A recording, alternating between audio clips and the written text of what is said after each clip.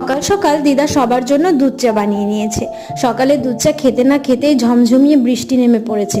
ঘুরতে এসে পড়েছি আরেক বিপদে, শুধু বৃষ্টির মুখোমুখি হতে হচ্ছে। বাবা আর দাদু বৃষ্টির মধ্যে বাজার করে নিয়েছে শাপলা মাছ, মাংস, 2 রকমের মাছ মাংস সমস্ত কিছু বাজার করে নিয়ে এসেছিল। তাই বাড়ির সমস্ত দিদা, তারপরে সবাই মিলে, মাসিরা মিলে এগুলোকে পরিষ্কার পরিচ্ছন্ন করলো। আর শেষে মা আর আমি গেলাম কলপাড়ে এগুলোকে ধোয়ার জন্য।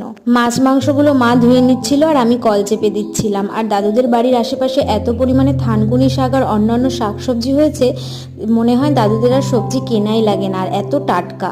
তো এখানে সবকিছু ধোয়া টোয়া কমপ্লিট, দিদা রান্নাও বসিয়ে দিয়েছে আর আমি বসেছি লাগেজ গোছাতে। যে কটা জামা কাপড় এনেছিলাম সবকিছু গুনে গুনে গুছে এখন লাগেজ ভর্তি করে সকালবেলায় খেতে বসেছি। সকালের খাওয়া দাওয়া সেরেই আমরা বেরিয়ে পড়বো। সবাই রেডি হয়ে গেছে অলমোস্ট, আর 1জন বাকি আছে। আর ব্যাগপত্র গোছানো হয়ে গেছে। এদিকে টমবাবু কান্না শুরু করে দিয়েছিল, ওকে থামিয়ে বেরিয়ে পড়লাম।